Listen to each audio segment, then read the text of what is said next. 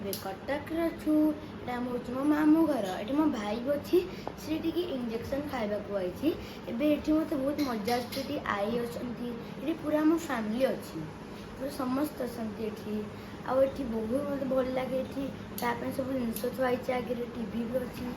ଆଉ ଆମ ଆଈ ବି ଅଛନ୍ତି। ଚାଲନ୍ତୁ ଦେଖିବା କ'ଣ କରୁଛନ୍ତି ସିଏ।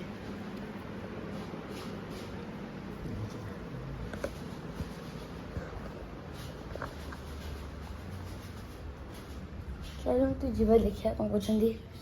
ଆଈ କ'ଣ କରୁଛ? କ'ଣ କରୁଛ?